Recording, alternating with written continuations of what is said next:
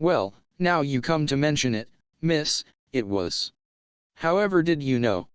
It's a curious thing, but murderers often have shiny chins, I explained wildly.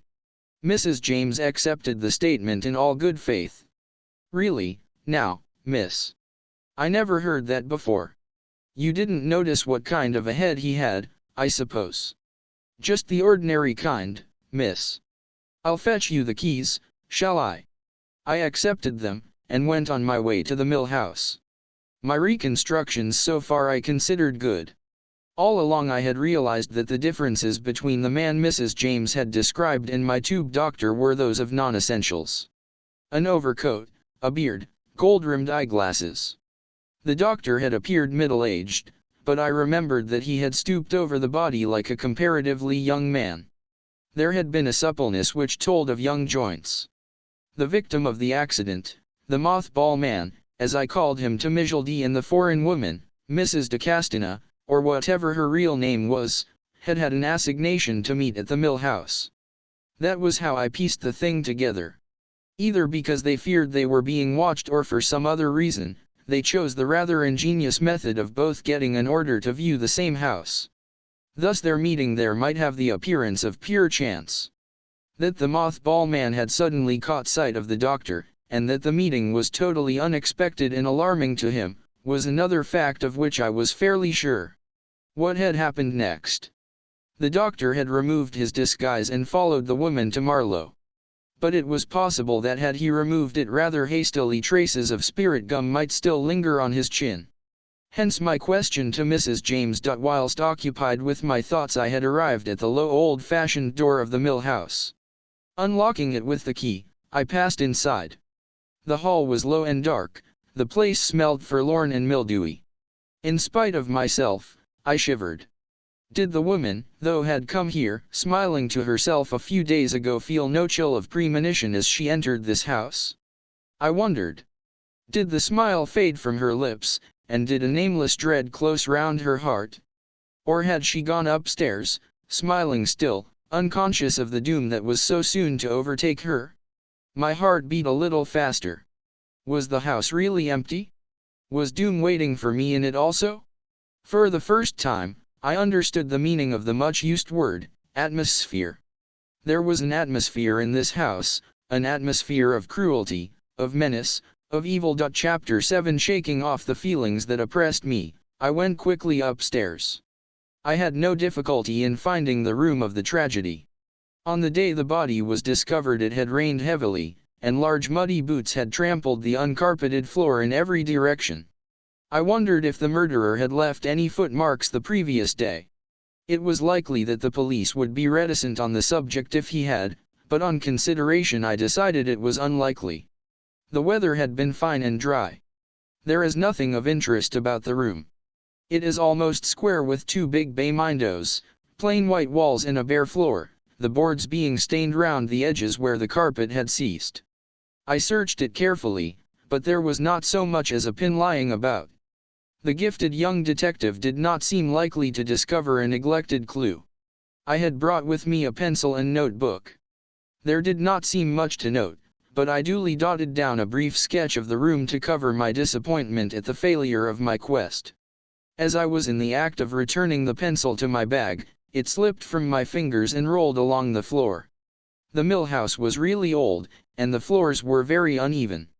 The pencil rolled steadily, with increasing momentum, until it came to rest under one of the windows. In the recess of each window there was a broad window seat, underneath which there was a cupboard. My pencil was lying right against the cupboard door. The cupboard was shut, but it suddenly occurred to me that if it had been open my pencil would have rolled inside. I opened the door, and my pencil immediately rolled in and sheltered modestly in the farthest corner. I retrieved it, noting as I did so that owing to the lack of light and the peculiar formation of the cupboard one could not see it, but had to feel for it. Apart from my pencil the cupboard was empty, but being thorough by nature I tried the one under the opposite window. At first sight, it looked as though that also was empty, but I grubbed about perseveringly, and was rewarded by feeling my hand close on a hard paper cylinder which lay in a sort of trough, or depression, in the far corner of the cupboard.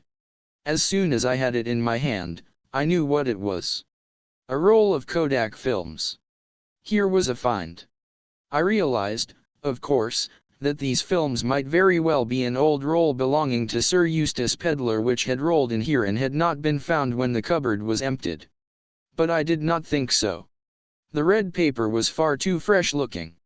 It was just as dusty as it would have been had it laid there for 2 or 3 days, that is to say, since the murder. Had it been there for any length of time, it would have been thickly coated. Who had dropped it? The woman or the man? I remembered that the contents of her handbag had appeared to be intact. If it had been jerked open in the struggle and the roll of films had fallen out, surely some of the loose money would have been scattered about also? No, it was not the woman who had dropped the films. I sniffed suddenly and suspiciously. Was the smell of mothballs becoming an obsession with me? I could swear that the roll of films smelt of it also. I held them under my nose. They had, as usual, a strong smell of their own, but apart from that I could clearly detect the odor I disliked so much. I soon found the cause. A minute shred of cloth had caught on a rough edge of the center wood, and that shred was strongly impregnated with mothballs. At some time or another the films had been carried in the overcoat pocket of the man who was killed in the tube. Was it he who had dropped them here? Hardly. His movements were all accounted for. No, it was the other man, the doctor. He had taken the films when he had taken the paper. It was he who had dropped them here during his struggle with the woman. I had got my clue. I would have the roll developed, and then I would have further developments to work upon. Very elated, I left the house, returned the keys to Mrs. James and made my way as quickly as possible to the station. On the UI back to town, I took out my paper and studied it afresh. Suddenly the figures took on a new significance. Suppose they were a date? 17/1/22. The 17th of January, 1922. Surely that must be it. Idiot that I was not to have thought of it before. But in that case I must find out the hereabouts of Kilmorden Castle, for today was actually the 14th. 3 days. Little enough, almost hopeless when one had no idea of where to look. It was too late to hand in my roll today. I had to hurry home to Kensington so as not to be late for dinner. It occurred to me that there was an easy way of verifying whether some of my conclusions were correct. I asked Mr. Fleming whether there had been a camera amongst the dead man's belongings. I knew that he had taken an interest in the case and was conversant with all the details. To my surprise and annoyance he replied that there had been no camera. All Carton's effects had been gone over very carefully in the hopes of finding something that might throw light upon his state of mind. He was positive that there had been no photographic apparatus of any kind. That was rather a setback to my theory. If he had no camera, why should he be carrying a roll of films? I set out early next morning to take my precious roll to be developed. I was so fussy that I went all the way to Regent Street to the big Kodak place. I handed it in and asked for a print of each film. The man finished stacking together a heap of films packed in yellow tin cylinders for the tropics, and picked up my roll. He looked at me. "You've made a mistake, I think," he said, smiling. "Oh, no," I said. "I'm sure I haven't. You've given me the Mong roll. This is an unexposed one." I walked out with what dignity I could muster. I dare say it is good for one now and again to realize what an idiot one can be. But nobody relishes the process. And then, just as I was passing one of the big shipping offices, I came to a sudden halt. In the window was a beautiful model of one of the company's boats, and it was labeled, Kenilworth Castle. A wild idea shot through my brain. I pushed the door open and went in. I went up to the counter and in faltering voice, genuine this time, I murmured, "Kilmorden Castle. On the 17th from Southampton. Cape Town. First or second class? How much is it?" "First class, £87, I interrupted him. The coincidence was too much for me. Exactly the amount of my legacy. I would put all my eggs in one basket. "First class," I said. I was now definitely committed to the adventure. Chapter 8, Extracts from the diary of Sir Eustace Pedlar, MP. It is an extraordinary thing that I never seem to get any peace. I am a man who likes a quiet life.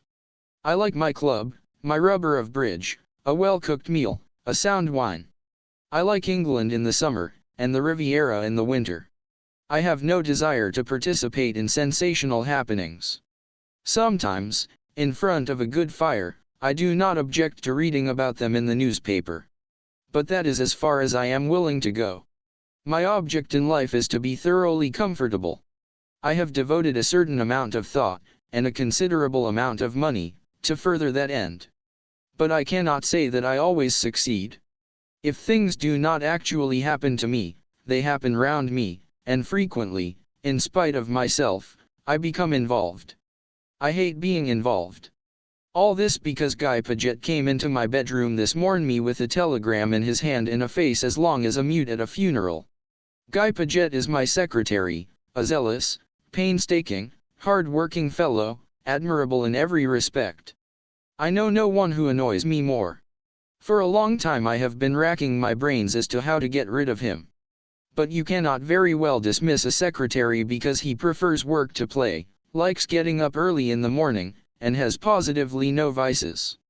The only amusing thing about the fellow is his face. He has the face of a 14th century poisoner, the sort of man the bourgeois got to do their odd jobs for them. I wouldn't mind so much if Paget didn't make me work too.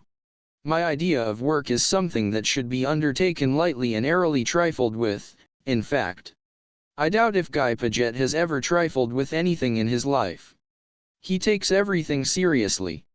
That is what makes him so difficult to live with. Last week I had the brilliant idea of sending him off to Florence. He talked about Florence and how much he wanted to go there. My dear fellow, I cried, you shall go tomorrow.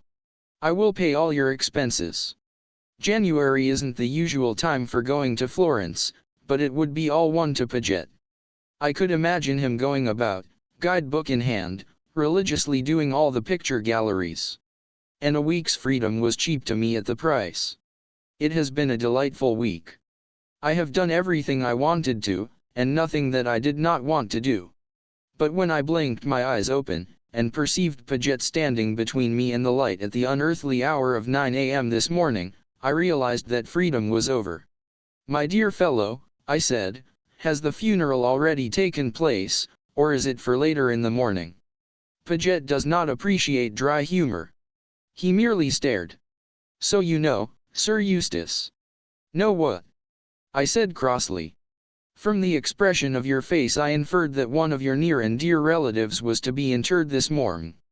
Paget ignored the sally as far as possible. I thought you couldn't know about this. He tapped the telegram.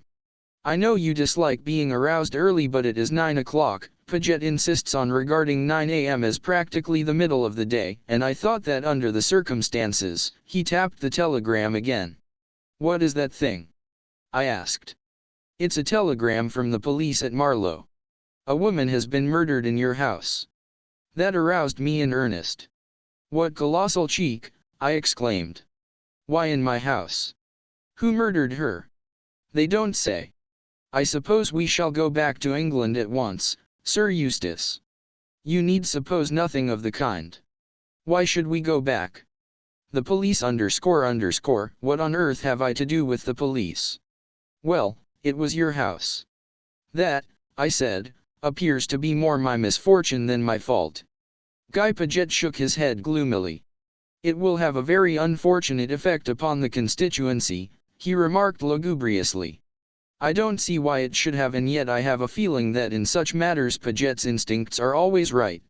On the face of it, a member of Parliament will be none the less efficient because a stray young woman comes and gets herself murdered in an empty house that belongs to him, but there is no accounting for the view the respectable British public takes of a matter.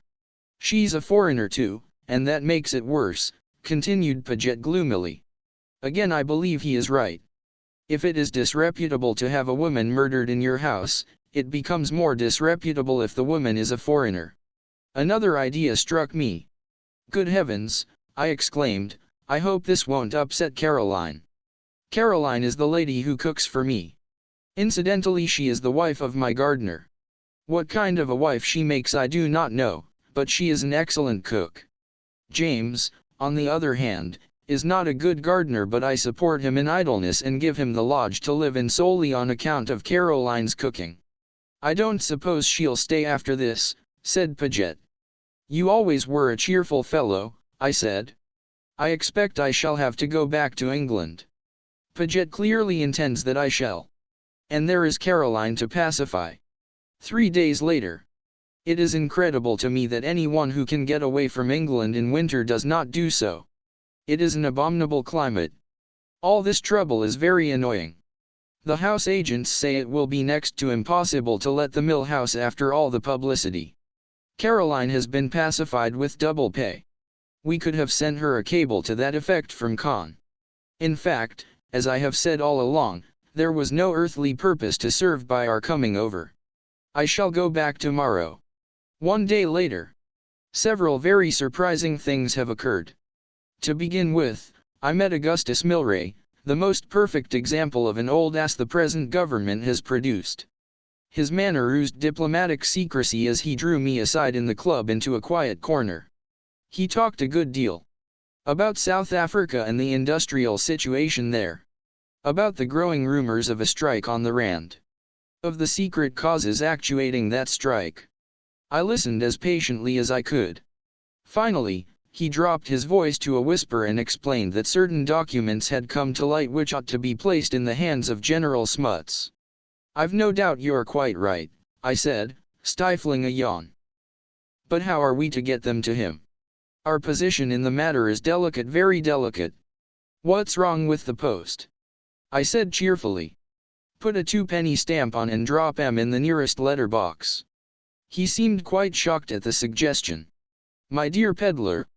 The common post. It has always been a mystery to me why governments employ king's messengers and draw such attention to their confidential documents. If you don't like the post, send one of your young Foreign Office fellows. He'll enjoy the trip. Impossible, said Milray, wagging his head in a senile fashion. There are reasons, my dear peddler, I'll assure you there are reasons. Well, I said, rising, all this is very interesting, but I must be off. 1 minute, my dear peddler, 1 minute, I beg of you. Now tell me, in confidence, is it not true that you intend visiting South Africa shortly yourself? You have large interests in Rhodesia, I know, and the question of Rhodesia joining in the Union is one in which you have a vital interest. Well, I had thought of going out in about a month's time. You couldn't possibly make it sooner? This month? This week, in fact. I could, I said, eyeing him with some interest. But I don't know that I particularly want to. You would be doing the government a great service, a very great service. You would not find them ungrateful. Meaning, you want me to be the postman. Exactly. Your position is an unofficial one, your journey is bona fide. Everything would be eminently satisfactory. Well, I said slowly, I don't mind if I do. The one thing I am anxious to do is to get out of England again as soon as possible. You will find the climate of South Africa delightful, quite delightful. My dear fellow, I know all about the climate. I was out there shortly before the war. I am really much obliged to you, peddler. I will send you round the package by messenger. To be placed in General Smuts's hands, you understand. The Kilmorden Castle sails on Saturday, quite a good boat. I accompanied him a short way along Pall Mall before we parted. He shook me warmly by the hand, and thanked me again effusively. I walked home reflecting on the curious byways of governmental policy. It was the following evening that Jarvis, my butler, informed me that a gentleman wished to see me on private business, but declined to give his name. I have always a lively apprehension of insurance touts, so told Jarvis to say I could not see him. Guy Paget, unfortunately, when he might for once have been of real use, was laid up with a bilious attack. These earnest, hard-working young men with weak stomachs are always liable to bilious attacks. Jarvis returned. The gentleman asked me to tell you, Sir Eustace, that he comes to you from Mr. Milray. That altered the complexion of things. A few minutes later I was confronting my visitor in the library. He was a well-built young fellow with a deeply tanned face. A scar ran diagonally from the corner of his eye to the jaw, disfiguring what would otherwise have been a handsome though somewhat reckless countenance. "Well," I said, "what's the matter?" "Mr. Milray sent me to you, Sir Eustace. I am to accompany you to South Africa as your secretary." "My dear fellow," I said, "I've got a secretary already. I don't want another." "I think you do, Sir Eustace. Where is your secretary now?" "He's down with a bilious attack," I explained. "You are sure it's only a bilious attack?" "Of course it is. He's subject to them." My visitor smiled. "It may or may not be a bilious attack. Time will show. But I can tell you this, Sir Eustace, Mr. Milray would not be surprised if an attempt were made to get your secretary out of the way." "Oh, you need have no fear for yourself." I suppose a momentary alarm had flickered across my face. "You are not threatened. Your secretary out of the way, access to you would be easier. In any case, near. Milray wishes me to accompany you. The passage money will be our affair, of course, but you'll take the necessary steps about the passport, as though you had decided that you needed the services of a second secretary." He seemed a determined young man. We stared at each other and he stared me down. "Very well," I said feebly. "You will say nothing to anyone as to my accompanying you." "Very well," I said again. After all, perhaps it was better to have this fellow with me, but I had a premonition that I was getting into deep waters. Just when I thought I had attained peace, I stopped my visitor as he was turning to depart. "It might be just as well if all knew my new secretary's name," I observed sarcastically. He considered for a minute. "Harry Rayburn seems quite a suitable name," he observed. It was a curious way of putting it. "Very well," I said for the third time. Chapter 9. Anne's narrative resumed. It is most undignified for a heroine to be seasick. In books the more it rolls and tosses, the better she likes it. When everybody else is ill, she alone staggers along the deck, braving the elements and positively rejoicing in the storm. I regret to say that at the first roll the Kilmorden gave, I turned pale and hastened below. A sympathetic stewardess received me. She suggested dry toast and ginger ale. I remained groaning in my cabin for 3 days. Forgotten was my quest. I had no longer any interest in solving mysteries. I was a totally different Anne to the one who had rushed back to the South Kensington Square so jubilantly from the shipping office. I smile now as I remember my abrupt entry into the drawing room. Mrs. Fleming was alone there. She turned her head as I entered. "Is that you, Anne, my dear? There is something I want to talk over with you." "Yes," I said, curbing my impatience. "Miss Emery is leaving me." Miss Emery was the governess. "As you have not yet succeeded in finding anything, I wondered if you would care. It would be so nice if you remained with us altogether." I was touched. She didn't want me, I knew. It was sheer Christian charity that prompted the offer. I felt remorseful for my secret criticism of her. Getting up, I ran impulsively across the room and flung my arms round her neck. "You're a dear," I said. "A dear, a dear, a dear. And thank you ever so much. But it's all right. I'm off to South Africa on Saturday." My abrupt onslaught had startled the good lady. She was not used to sudden demonstrations of affection. My words startled her still more. "To South Africa? My dear Anne. We would have to look into anything of that kind very carefully. That was the last thing I wanted." I explained that I had already taken my passage, and that upon arrival I proposed to take up the duties of a parlour maid. It was the only thing I could think of on the spur of the moment. There was, I said, a great demand for parlour maids in South Africa. I assured her that I was equal to taking care of myself, and in the end, with a sigh of relief at getting me off her hands, she accepted the project without further query. At parting, she slipped an envelope into my hand. Inside it I found 5 new crisp £5 notes and the words, "I hope you will not be offended and I'll accept this with my love." She was a very good, kind woman. I could not have continued to live in the same house with her, but I did recognize her intrinsic worth. So here I was, with £25 in my pocket, facing the world and pursuing my adventure. It was on the fourth day that the stewardess finally urged me up on deck. Under the impression that I should die quicker below, I had steadfastly refused to leave my bunk. She now tempted me with the advent of Madeira. Hope rose in my breast. I could leave the boat and go ashore and be a parlour maid there. Anything for dry land. Muffled in coats and rugs, and weak as a kitten on my legs, I was hauled up and deposited, an inert mass, on a deck chair. I lay there with my eyes closed, hating life. The purser, a fair-haired young man, with a round boyish face, came and sat close beside me. "Hello. Feeling rather sorry for yourself, eh?" "Yes," I replied, hating him. "Ah, you won't know yourself in another day or two. We've had rather a nasty dusting in the bay, but there's smooth weather ahead. I'll be taking you on at quoits tomorrow." I did not reply. "Think you'll never recover, eh?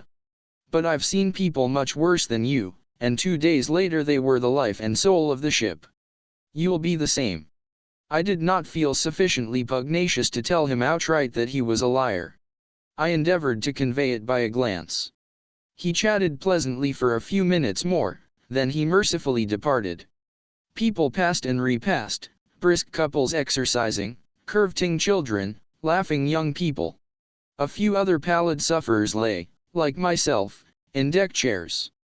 The air was pleasant, crisp, not too cold, and the sun was shining brightly.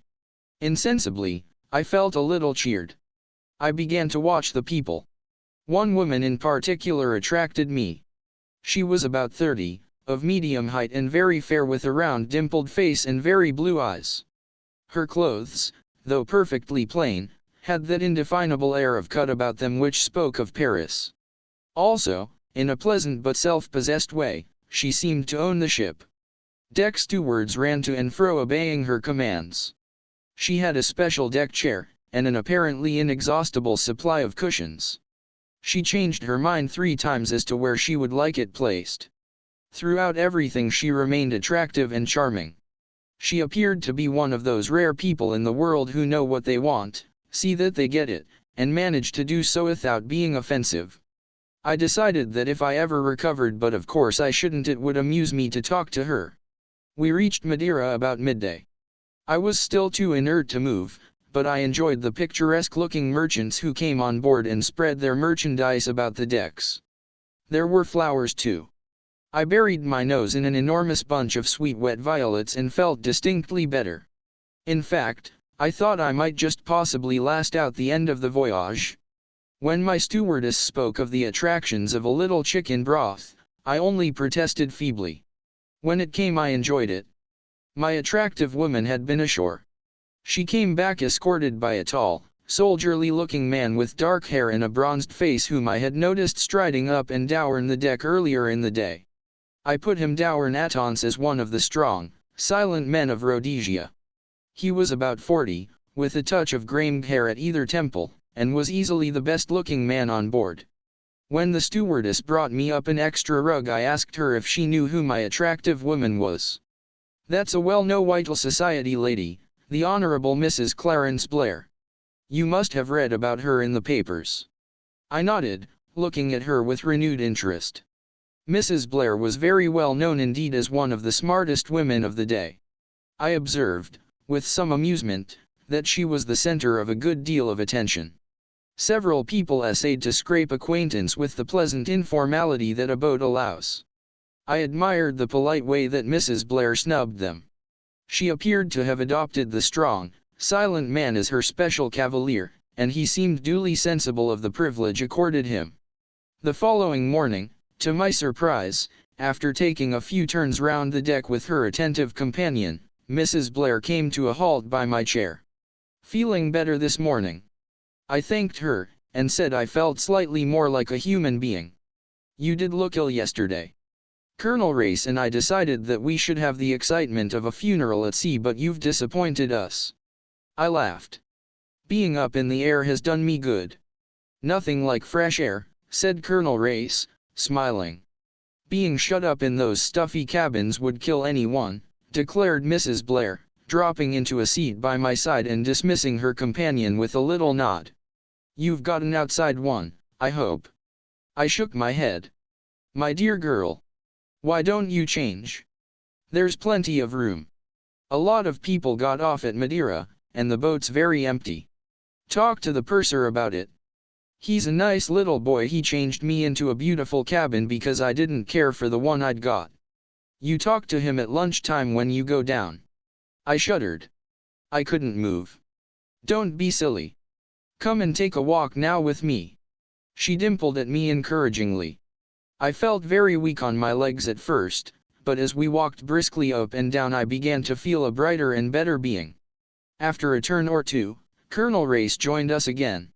You can see the grand peak of Tenerife from the other side. Can we? Can I get a photograph of it, do you think? No, but that won't deter you from snapping off at it. Mrs. Blair laughed. You are unkind. Some of my photographs are very good. About 3% effective, I should say. We all went round to the other side of the deck. There, glimmering white and snowy, enveloped in a delicate rose-colored mist, rose the glistening pinnacle. I uttered an exclamation of delight. Mrs. Blair ran for her camera. Undeterred by Colonel Race's sardonic comments, she snapped vigorously. There, that's the end of the roll. Oh, her tone changed to one of chagrin. I've had the thing at bulb all the time. I always like to see a child with a new toy, murmured the Colonel. How horrid you are, but I've got another roll. She produced it in triumph from the pocket of her sweater. A sudden roll of the boat upset her balance, and as she caught at the rail to steady herself the roll of films flashed over the side. Oh, cried Mrs. Blair, comically dismayed. She leaned over. Do you think they have gone overboard? No, you may have been fortunate enough to brain an unlucky steward in the deck below. A small boy who had arrived unobserved a few paces to our rear blew a deafening blast on a bugle. Lunch, declared Mrs. Blair ecstatically. I've had nothing to eat since breakfast, except 2 cups of beef tea. Lunch, Miss Bedingfeld. Well, I said waveringly. Yes, I do feel rather hungry. Splendid. You're sitting at the purser's table, I know. Tackle him about the cabin. I found my dower into the saloon, began to eat gingerly, and finished by consuming an enormous meal. My friend of yesterday congratulated me on my recovery. Everyone is changing cabins today, he told me, and he promised that my things should be moved to an outside one without delay. There were only 4 at our table, myself, a couple of elderly ladies, and a missionary who talked a lot about our poor black brothers. I looked round at the other tables. Mrs. Blair was sitting at the captain's table, Colonel Race next to her. On the other side of the captain was a distinguished-looking, gray-haired man. A good many people I had already noticed on deck, but there was one man who had not previously appeared. Had he done so, he could hardly have escaped my notice. He was tall and dark, and had such a peculiarly sinister type of countenance that I was quite startled. I asked the purser, with some curiosity, who he was. That man? Oh, that's Sir Eustace Pedler's secretary. Been very seasick, poor chap, and not appeared before. Sir Eustace has got 2 secretaries with him, and the sea's been too much for both of them. The other fellow hasn't turned up yet. This man's name is Paget. So Sir Eustace Pedler, the owner of the mill house, was on board. Probably only a coincidence, and yet, that's Sir Eustace, my informant continued, sitting next to the captain. Pompous old ass.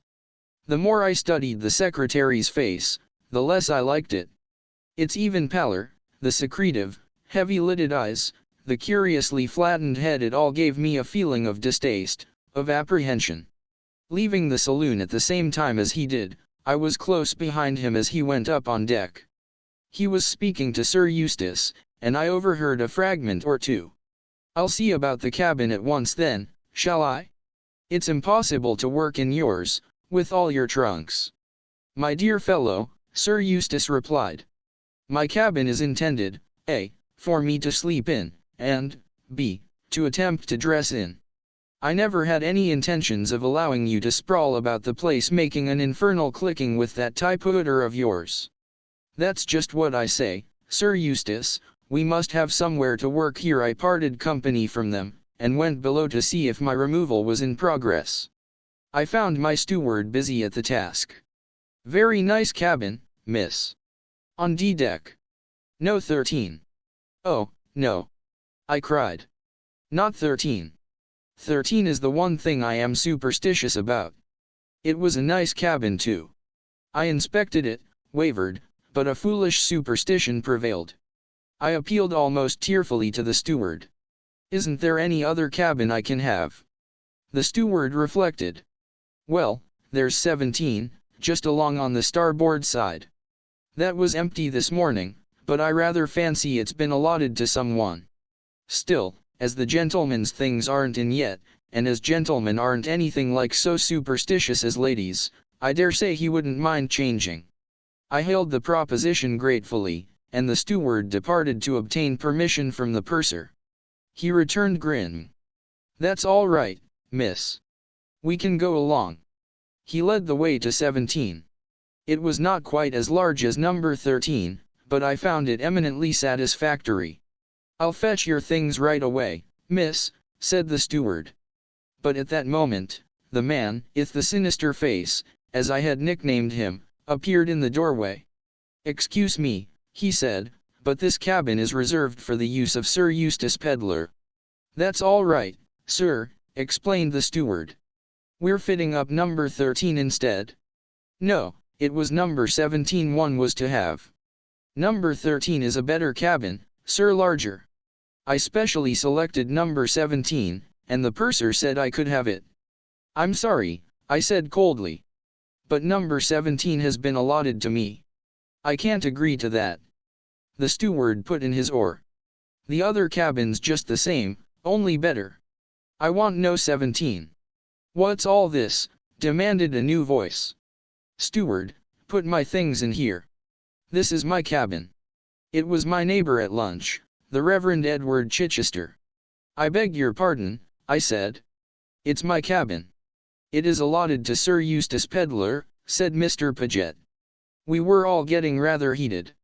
I'm sorry to have to dispute the matter, said Chichester with a meek smile which failed to mask his determination to get his own UAE. Meek men are always obstinate, I have noticed. He edged himself sideways into the doorway. You're to have number 28 on the port side, said the steward. A very good cabin, sir. I am afraid that I must insist. Number 17 was the cabin promised to me.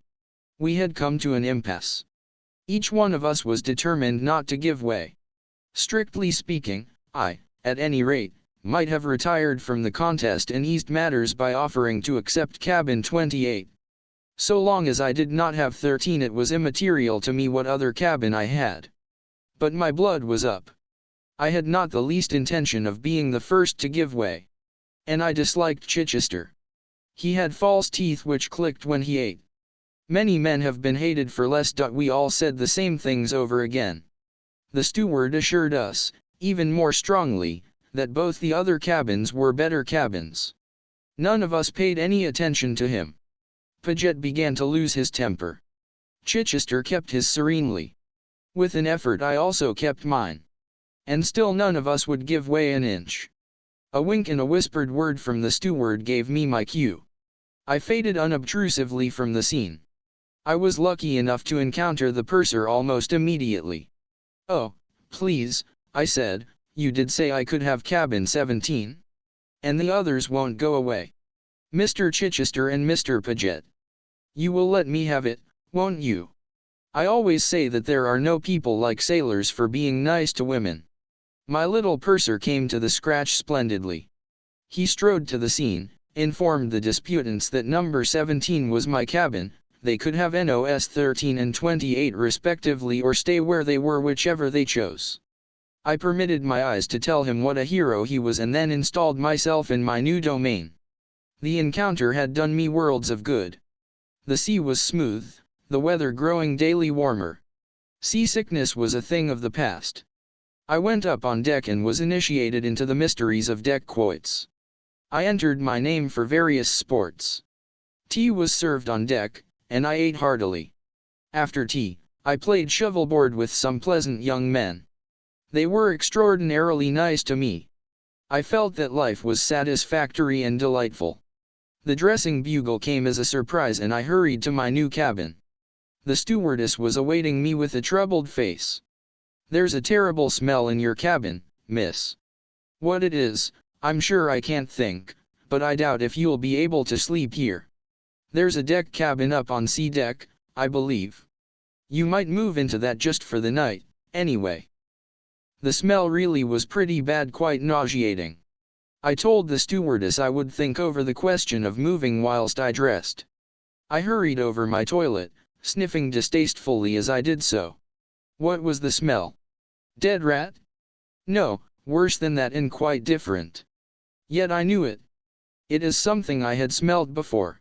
Something I had got it. A saphotida.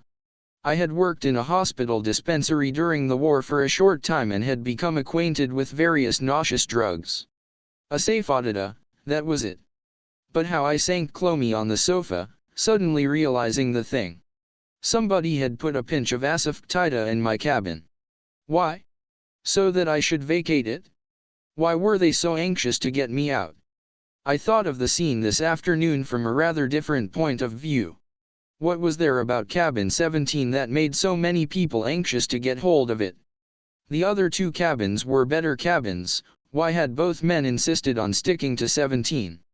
17, how the number persisted. It was on the 17th I had sailed from Southampton. It was a 17. One stopped with a sudden gasp. Quickly I unlocked my suitcase, and took my precious paper from its place of concealment in some rolled stockings. 17/1/22. One had taken that for a date, the date of departure of the Kilmorden Castle. Supposing I was, when I came to think of it, would anyone, writing down a date, think it necessary to put the year as well as the month? Supposing 17 meant cabin 17? And 1? The time 1 o'clock. Then 22 must be the date. I looked up at my little almanac.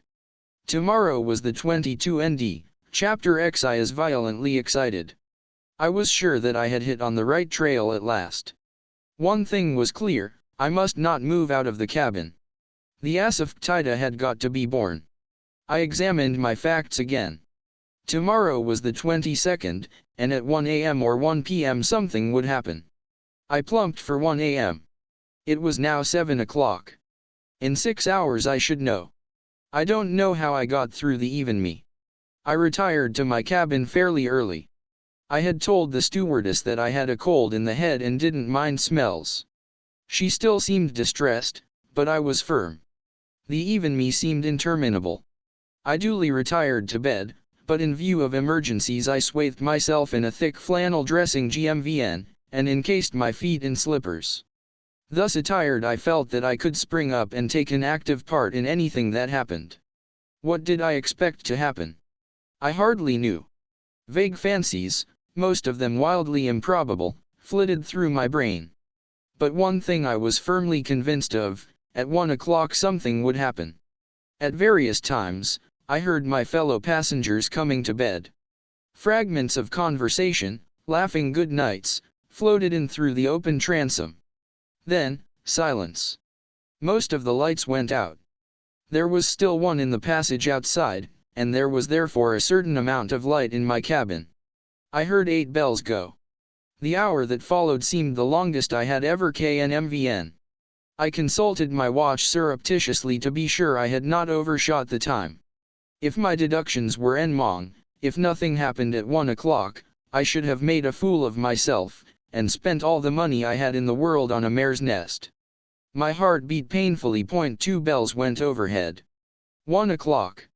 And nothing. Wait, what was that? I heard the quick light patter of feet running along the passage. Then with the suddenness of a bombshell my cabin door burst open and a man almost fell inside. "Save me," he said hoarsely. "They're after me." It is not a moment for argument or explanation. I could hear footsteps outside. I had about 40 seconds in which to act. I had sprung to my feet and was standing facing the stranger in the middle of the cabin. A cabin does not abound in hiding places for a 6-foot man. With one arm I pulled out my cabin trunk. He slipped down behind it under the bunk. I raised the lid. At the same time, with the other hand I pulled down the wash basin. A deft movement and my hair was screwed into a tiny knot on the top of my head. From the point of view of appearance it was inartistic, from another standpoint it was supremely artistic. A lady, with her hair screwed into an unbecoming knob and in the act of removing a piece of soap from her trunk with which, apparently to wash her neck, could hardly be suspected of harboring a fugitive. There was a knock at the door, and without waiting for me to say, "Come in," it was pushed open. I don't know what I expected to see. I think I had vague ideas of Mr. Paget brandishing a revolver. Or my missionary friend with a sandbag, or some other lethal weapon.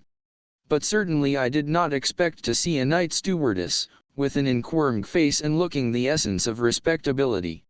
"I beg your pardon, miss, I thought you called out." "No," I said, "I didn't. I'm sorry for interrupting you."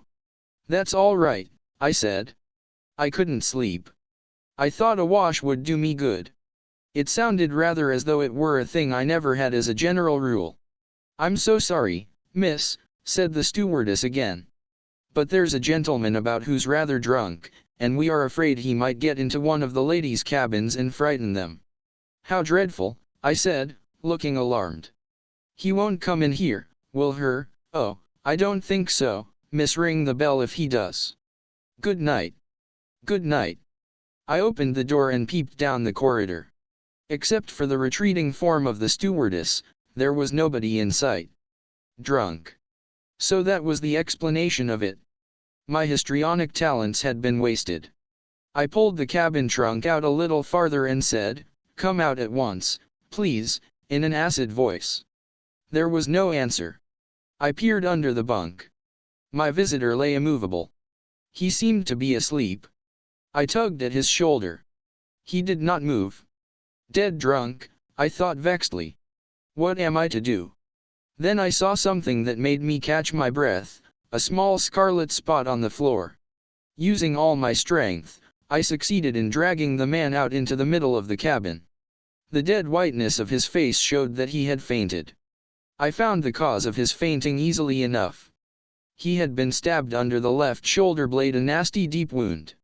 I got his coat off and set to work to attend to it. At the sting of the cold water he stirred, then sat up. "Keep still, please," I said. He was the kind of young man who recovers his faculties very quickly. He pulled himself to his feet and stood there swaying a little. "Thank you, I don't need anything done for me." His manner was defiant, almost aggressive. Not a word of thanks, of even common gratitude. "That is a nasty wound. You must let me dress it." "You will do nothing of the kind." He flung the words in my face as though I had been begging a favor of him. My temper, never placid, rose. "I cannot congratulate you upon your manners," I said coldly. "I can at least relieve you of my presence." He started for the door, but reeled as he did so. With an abrupt movement I pushed him down upon the sofa. "Don't be a fool," I said unceremoniously. "You don't want to go bleeding all over the ship, do you?" He seemed to see the sense of that, for he sat quietly whilst I bandaged up the wound as best I could. "There," I said, bestowing a pat on my handiwork, "that will have to do for the present. Are you better tempered now, and do you feel inclined to tell me what it's all about?" "I'm sorry that I can't satisfy your very natural curiosity." "Why not?" I said, chagrined. He smiled nastily. "If you want a thing broadcasted, tell a woman. Otherwise keep your mouth shut. Don't you think I could keep a secret?" "I don't think I know." He rose to his feet.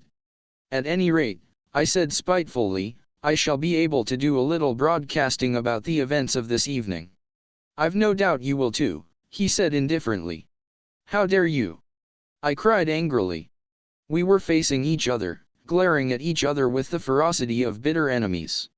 For the first time, I took in the details of his appearance: the close-cropped dark head, the lean jaw, the scar on the brown cheek, the curious light gray eyes that looked into mine with a sort of reckless mockery hard to describe. There was something dangerous about him. "You haven't thanked me yet for saving your life," I said with false sweetness. I hit him there. I saw him flinch distinctly. Intuitively I knew that he hated above all to be reminded that he owed his life to me. I didn't care. I wanted to hurt him. I had never wanted to hurt anyone so much. "I wish to God you hadn't," he said explosively. "I'd be better dead and out of it." "I'm glad you acknowledge the debt. You can't get out of it. I saved your life and I'm waiting for you to say thank you." If looks could have killed, I think he would have liked to kill me then. He pushed roughly past me. At the door he turned back, and spoke over his shoulder. "I shall not thank you now or at any other time. But I acknowledge the debt. Some day I will pay it."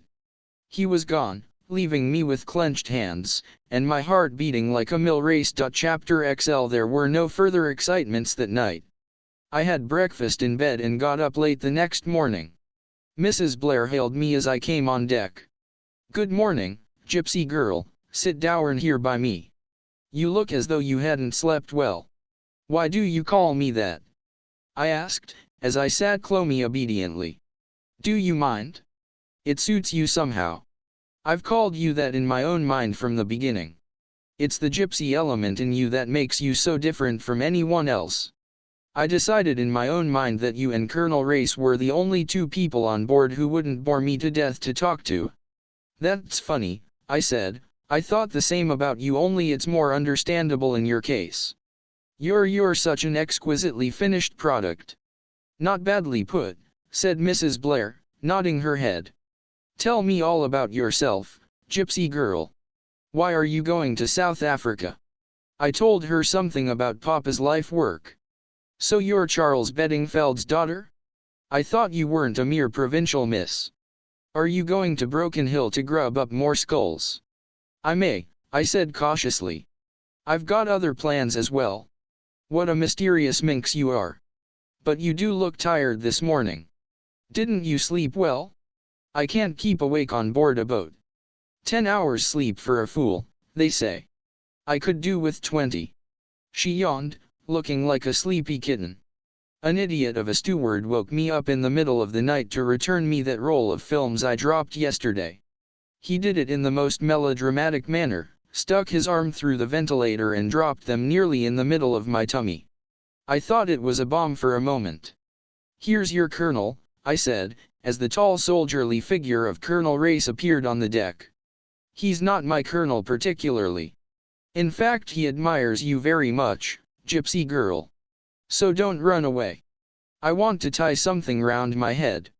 It will be more comfortable than a hat." I slipped quickly away. For some reason or other I was uncomfortable with Colonel Race. He was one of the few people who were capable of making me feel shy. I went down to my cabin and began looking for a broad band of ribbon, or a motor veil, with which I could restrain my rebellious locks. Now I am a tidy person. I like my things always arranged in a certain way and I keep them so. I had no sooner opened my drawer than I realized that somebody had been disarranging my things. Everything had been turned over and scattered. I looked in the other drawers and the small hanging cupboard. They told me the same tale. It was as though someone had been making a hurried and ineffectual search for something. I sat down on the edge of the bunk with a grave face. Who had been searching my cabin and what had they been looking for? Was it the half-sheet of paper with scribbled figures and words? I shook my head, dissatisfied. Surely that was past history now. But what else could there? I wanted to think. The events of last night, though exciting, had not really done anything to elucidate matters. Who was the young man who had burst into my cabin so abruptly? I had not seen him on board previously, either on deck or in the saloon. Was he one of the ship's company or was he a passenger? Who had stabbed him? Why had they stabbed him? And why, in the name of goodness, should cabin number 17 figure so prominently? It was all a mystery, but there was no doubt that some very peculiar occurrences were taking place on the Kilmorden Castle. I counted off on my fingers the people on whom it behoved me to keep a watch. Setting aside my visitor of the night before, but promising myself that I would discover him on board before another day had passed, I selected the following persons as worthy of my notice. 1. Sir Eustace Pedlar. He was the owner of the mill house, and his presence on the Kilmorden Castle seemed something of a coincidence. 2. Mr. Paget, the sinister-looking secretary, whose eagerness to obtain cabin 17 had been so very marked. N.B. Find out whether he had accompanied Sir Eustace to Con. 3. The Reverend Edward Chichester. All I had against him was his obstinacy over cabin 17, and that might be entirely due to his own peculiar temperament. Obstinacy can be an amazing thing. But a little conversation with Mr. Chichester would not come amiss, I decided. Hastily tying a handkerchief round my rebellious locks, I went up on deck again, full of purpose. I was in luck. My quarry was leaning against the rail, drinking beef tea. I went up to him. "I hope you've forgiven me over cabin 17, I said, with my best smile. "I consider it unchristian to bear a grudge," said Mr. Chichester coldly. "But the purser had distinctly promised me that cabin." "Pursers are such busy men, aren't they?" I said vaguely. "I suppose they're bound to forget sometimes." Mr. Chichester did not reply. "Is this your first visit to Africa?" I inquired conversationally. "To South Africa, yes. But I have worked for the last 2 years amongst the cannibal tribes in the interior of East Africa." "How thrilling! Have you had many narrow escapes?" "Escapes? Of being eaten, I mean.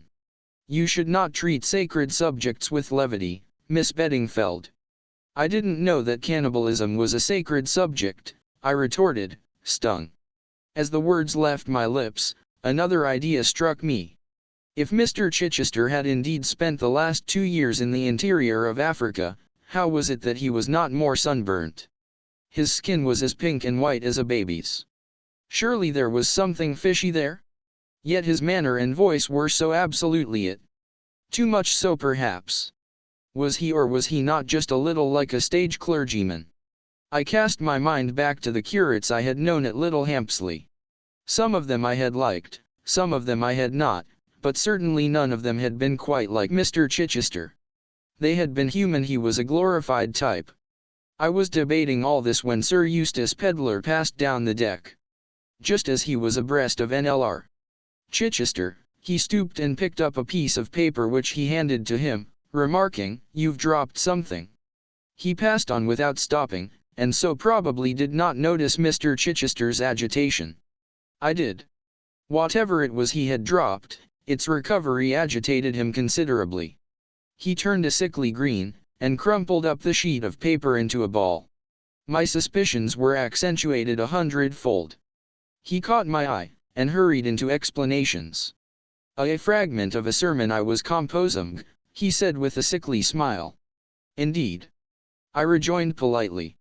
"A fragment of a sermon, indeed. No, Mr. Chichester too weak for words."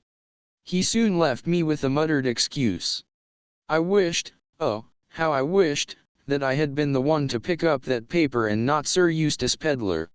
One thing was clear, Mr. Chichester could not be exempted from my list of suspects. I was inclined to put him top of the 3. After lunch, when I came up to the lounge for coffee, I noticed Sir Eustace and Paget sitting with Mrs. Blair and Colonel Race. Mrs. Blair welcomed me with a smile, so I went over and joined them. They were talking about Italy. "But it is misleading," Mrs. Blair insisted. "Aqua calda certainly ought to be cold water, not hot." "You're not a Latin scholar," said Sir Eustace, smiling. "Men are so superior about their Latin," said Mrs. Blair. "But all the same I notice that, when you ask them to translate inscriptions in old churches, they can never do it. They hem and haw, and get out of it somehow." "Quite right," said Colonel Race. "I always do. But I love the Italians," continued Mrs. Blair. "They're so obliging, though even that has its embarrassing side. You ask them the way somewhere, and instead of saying, first to the right, second to the left, or something that one could follow, they pour out a flood of well-meaning directions, and when you look bewildered they take you kindly by the arm and walk all the way there with you. Is that your experience in Florence, Paget? Asked Sir Eustace, turning with a smile to his secretary. For some reason the question seemed to disconcert Mr. Paget. He stammered and flushed. Oh, quite so, yes quite so. Then with a murmured excuse, he rose and left the table. I am beginning to suspect Guy Paget of having committed some dark deed in Florence, remarked Sir Eustace, gazing after his secretary's retreating figure. Whenever Florence or Italy is mentioned, he changes the subject, or bolts precipitately. Perhaps he murdered someone there, said Mrs. Blair hopefully. He looks, I hope I'm not hurting your feelings, Sir Eustace, but he does look as though he might murder someone. Yes, pur cinquecento. It amuses me sometimes, especially when one knows as well as I do how essentially law-abiding and respectable the poor fellow really is. He's been with you some time, hasn't he, Sir Eustace? Asked Colonel Race. 6 years, said Sir Eustace, with a deep sigh. He must be quite invaluable to you, said Mrs. Blair. Oh, invaluable. Yes, quite invaluable. The poor man sounded even more depressed, as though the invaluableness of Mr. Paget was a secret grief to him. Then he added more briskly, but his face should really inspire you with confidence, my dear lady. No self-respecting murderer would ever consent to look like one. Crippen, now, I believe, was one of the pleasantest fellows imaginable. He was caught on a liner, wasn't he? Murmured Mrs. Blair. There was a slight rattle behind us. I turned quickly. Near. Chichester had dropped his coffee cup. Our party soon broke up. Mrs. Blair went below to sleep and I went out on deck. Colonel Race followed me. You're very elusive, Miss Bedingfeld. I looked for you everywhere last night at the dance. I went to bed early, I explained. Are you going to run away tonight too? Or are you going to dance with me? I shall be very pleased to dance with you, I murmured shyly. But Mrs. Blair, our friend, Mrs. Blair, doesn't care for dancing. And you do. I care for dancing with you. Oh. I said nervously. I was a little afraid of Colonel Race. Nevertheless I was enjoying myself. This was better than discussing fossilized skulls with stuffy old professors. Colonel Race was really just my ideal of a stern silent Rhodesian. Possibly I might marry him. I hadn't been asked, it is true, but, as the Boy Scouts say, be prepared. And all women, without in the least meaning it, consider every man they meet as a possible husband for themselves or for their best friend. I danced several times with him that evening. He danced well. When the dancing was over, and I was thinking of going to bed, he suggested a turn round the deck. We walked round 3 times and finally subsided into 2 deck chairs. There was nobody else in sight. We made desultory conversation for some time. Do you know, Miss Bedingfeld, I think that I once met your father? A very interesting man on his own subject, and it's a subject that has a special fascination for me. In my humble way, I've done a bit in that line myself. Why, when I was in the or Dawn region our talk became technical. Colonel Race's boast was not an idle one. He knew a great deal. At the same time, he made 1 or 2 curious mistakes, slips of the tongue, I might almost have thought them. But he was quick to take his cue from me and to cover them up. Once he spoke of the Mousterian period as succeeding the Aurignacian, an absurd mistake for one who knew anything of the subject. It was 12 o'clock when I went to my cabin. I was still puzzling over those queer discrepancies. Was it possible that he had got the whole subject up for the occasion, that really he knew nothing of archaeology? I shook my head, vaguely dissatisfied with that solution. Just as I was dropping off to sleep, I sat up with a sudden start as another idea flashed into my head. Had he been pumping me? Were those slight inaccuracies just tests to see whether I really knew what I was talking about? In other words, he suspected me of not being genuinely Anne Bedingfeld. Why? Chapter 12, Extract from the Cherry of S.W. Eustace Pedler. There is something to be said for life on board ship. It is peaceful. My gray hairs fortunately exempt me from the indignities of bobbing for apples, run me up and down the deck with potatoes and eggs, and the more painful sports of Brother Bill and Bolster Bar. What amusement people can find in these painful proceedings has always been a mystery to me. But there are many fools in the world. One praises God for their existence and keeps out of their way. Fortunately, I am an excellent sailor. Paget, poor fellow, is not. He began turning green as soon as we were out of the Solent. I presume my other so-called secretary is also seasick. At any rate, he has not yet made his appearance. But perhaps it is not seasickness, but high diplomacy. The great thing is that I have not been worried by him. On the whole, the people on board are a mangy lot. Only 2 decent bridge players and 1 decent-looking woman, Mrs. Clarence Blair. I've met her in turn, of course. She is one of the only women I know who can lay claim to a sense of humor. I enjoy talking to her, and should enjoy it more if it were not for a long-legged taciturn ass who has attached himself to her like a limpet. I cannot think that this Colonel Race really amuses her. He's good-looking in his way, but dull as ditch water. One of these strong silent men that lady novelists and young girls always rave over. Guy Paget struggled up on deck after we left Madeira and began babbling in a hollow voice about work. What the devil does anyone want to work for on board ship? It is true that I promised my publishers my reminiscences early in the summer, but what of it? Who really reads reminiscences? Old ladies in the suburbs. And what do my reminiscences amount to? I've knocked against a certain number of so-called famous people in my lifetime. With the assistance of Paget, I invent insipid anecdotes about them. And, the truth of the matter is, Paget is too honest for the job. He won't let me invent anecdotes about the people I might have met but haven't. I tried kindness with him. You look a perfect wreck still, my dear chap, I said easily. What you need is a deck chair in the sun. No, not another word. The work must wait. The next thing I knew, he was worrying about an extra cabin. There's no room to work in your cabin, Sir Eustace. It's full of trunks. From his tone, you might have thought that trunks were black beetles, something that had no business to be there. I explained to him that, though he might not be aware of the fact, it was usual to take a change of clothing with one when traveling. He gave the wan smile with which he always greets my attempts at humor, and then reverted to the business in hand. And we could hardly work in my little hole. I know Paget's little holes. He usually has the best cabin on the ship. I'm sorry the captain didn't turn out for you this time, I said sarcastically. Perhaps you'd like to dump some of your extra luggage in my cabin. Sarcasm is dangerous with a man like Paget. He brightened up at once. Well, if I could get rid of the typewriter and the stationery trunk weighs several solid tons. It causes endless unpleasantness with the porters, and it is the aim of Paget's life to foist it on me. It is a perpetual struggle between us.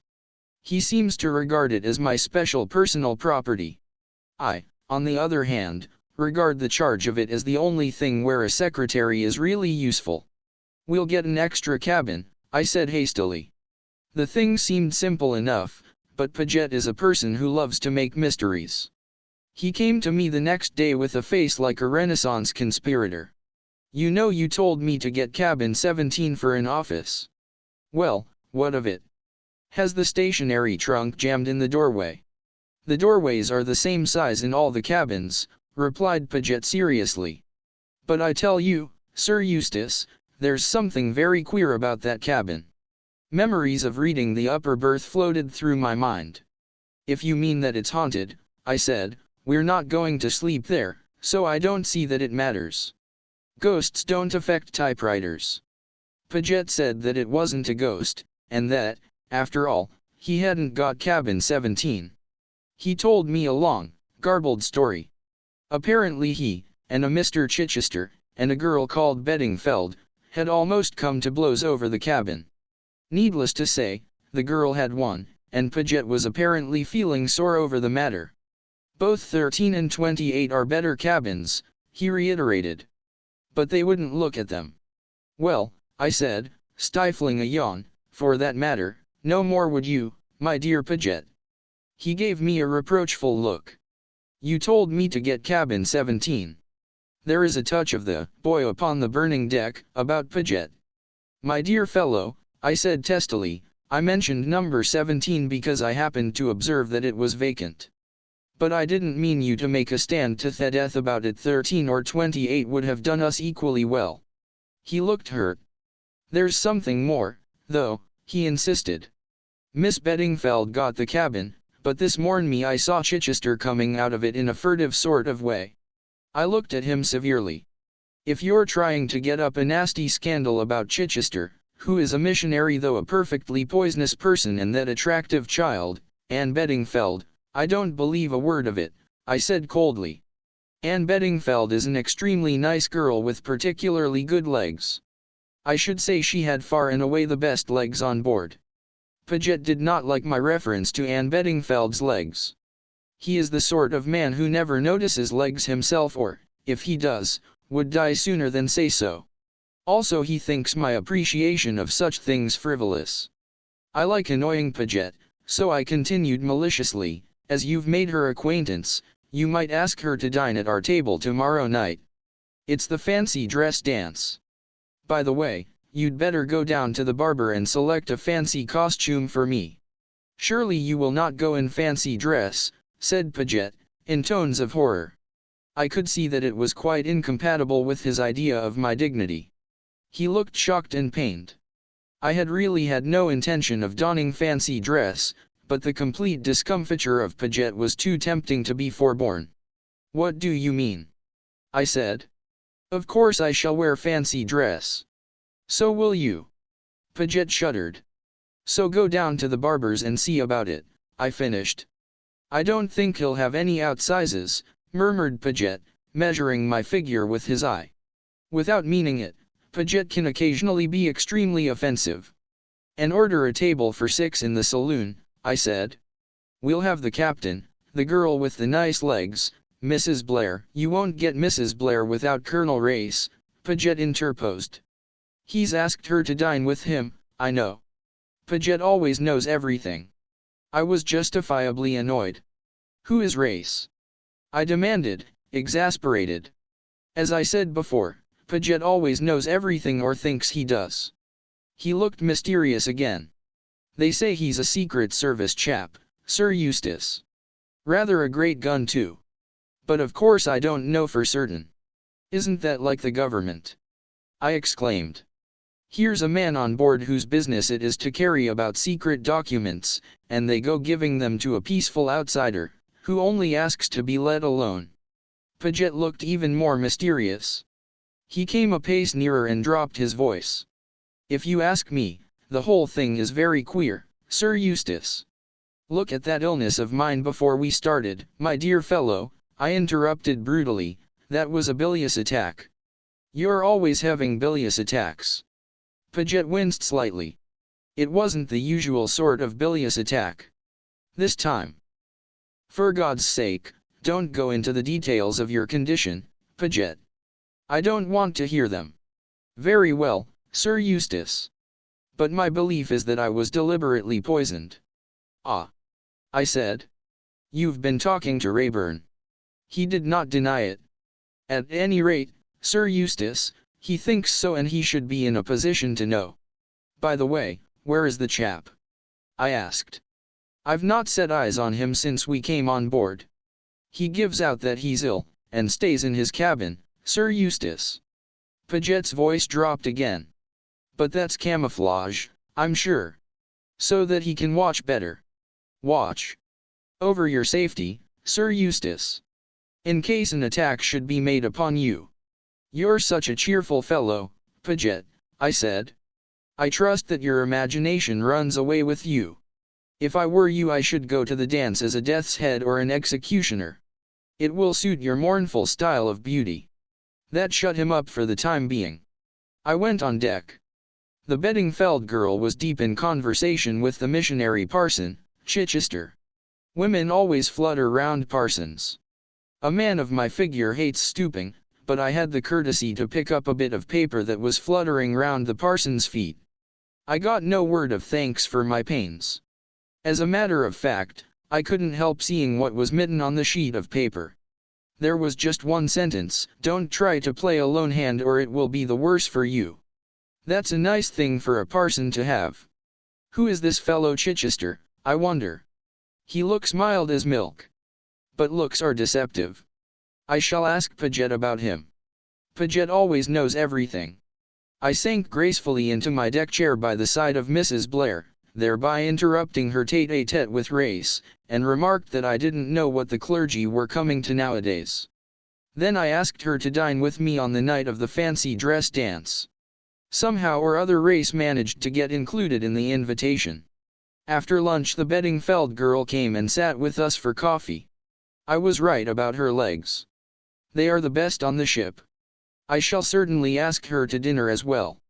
I would very much like to know what mischief Paget was up to in Florence. Whenever Italy is mentioned, he goes to pieces. If I did not know how intensely respectable he is, I should suspect him of some disreputable amour. I wonder now. Even the most respectable men, it would cheer me up enormously if it was so. Paget with a guilty secret. Splendid. Chapter 13. It has been a curious evening. The only costume that fitted me in the barber's emporium is that of a teddy bear. I don't mind playing bears with some nice young girls on a winter's evening in England, but it's hardly an ideal costume for the equator. However, I created a good deal of merriment, and won first prize for brought on board, an absurd term for a costume hired for the evening. Still, as nobody seemed to have the least idea whether they were made or brought, it didn't matter. Mrs. Blair refused to dress up. Apparently she is at one with Paget on the matter. Colonel Race followed her example. Anne Bedingfeld had concocted a gypsy costume for herself, and looked extraordinarily well. Paget said he had a headache and didn't appear. To replace him I asked a quaint little fellow called Reeves. He's a prominent member of the South African Labour Party. Horrible little man, but I yearn to keep in with him, as he gives me information that I need. I want to understand this Rand business from both sides. Dancing is a hot affair. I danced twice with Anne Bedingfeld and she had to pretend she liked it. I danced once with Mrs. Blair, who didn't trouble to pretend, and I victimized various other damsels whose appearance struck me favorably. Then we went down to supper. I had ordered champagne. The steward suggested Clicquot 1911 as being the best they had on the boat, and I fell in with his suggestion. I seemed to have hit on the one thing that would loosen Colonel Race's tongue. Far from being taciturn, the man became actually talkative. For a while this amused me, then it occurred to me that Colonel Race, and not myself, was becoming the life and soul of the party. He chaffed me at length about keeping a diary. "It will reveal all your indiscretions one of these days, peddler." "My dear Race," I said, "I venture to suggest that I am not quite the fool you think me. I may commit indiscretions, but I don't write them down in black and white. After my death, my executors will know my opinion of a great many people, but I doubt if they will find anything to add or detract from their opinion of me. A diary is useful for recording the idiosyncrasies of other people but not one's own. There is such a thing as unconscious self-revelation, though. In the eyes of the psychoanalyst, all things are vile," I replied sententiously. "You must have had a very interesting life, Colonel Race," said Miss Bedingfeld, gazing at him with wide, starry eyes. "That's how they do it, these girls. Othello charmed Desdemona by telling her stories, but, oh, didn't Desdemona charm Othello by the way she listened? Anyway, the girl set Race off all right. He began to tell lion stories. A man who has shot lions in large quantities has an unfair advantage over other men. It seemed to me that it was time I, too, told a lion story. One of a more sprightly character. By the way," I remarked, "that reminds me of a rather exciting tale I heard. A friend of mine was out on a shooting trip somewhere in East Africa. One night he came out of his tent for some reason, and was startled by a low growl. He turned sharply and saw a lion crouching to spring. He had left his rifle in the tent. Quick as thought, he ducked, and the lion sprang right over his head. Annoyed at having missed him, the animal growled and prepared to spring again. Again he ducked, and again the lion sprang right over him. This happened a third time, but by now he was close to the entrance of the tent, and he darted in and seized his rifle. When he emerged, rifle in hand, the lion had disappeared. That puzzled him greatly. He crept round the back of the tent, where there was a little clearing. There, sure enough, was the lion, busily practicing low jumps. This was received with a roar of applause. I drank some champagne. On another occasion, I remarked, this friend of mine had a second curious experience. He was trekking across country, and being anxious to arrive at his destination before the heat of the day, he ordered his boys to inspan whilst it was still dark. They had some trouble in doing so, as the mules were very restive, but at last they managed it, and a start is made. The mules raced along like the wind, and when daylight came they saw why. In the darkness, the boys had inspanned a lion as the near wheeler. This, too, was well received, a ripple of merriment going round the table, but I am not sure that the greatest tribute did not come from my friend, the Labour member, who remained pale and serious. "My God," he said anxiously. "Who unharnessed them?" "I must go to Rhodesia," said Mrs. Blair. "After what you have told us, Colonel Race, I simply must. It's a horrible journey though, 5 days in the train." "You must join me on my private car," I said gallantly. "Oh, Sir Eustace, how sweet of you, do you really mean it?" "Do I mean it?" I exclaimed reproachfully, and drank another glass of champagne. "Just about another week, and we shall be in South Africa," sighed Mrs. Blair. "Ah, South Africa," I said sentimentally, and began to quote from a recent speech of mine at the Colonial Institute. "What has South Africa to show the world?" What indeed?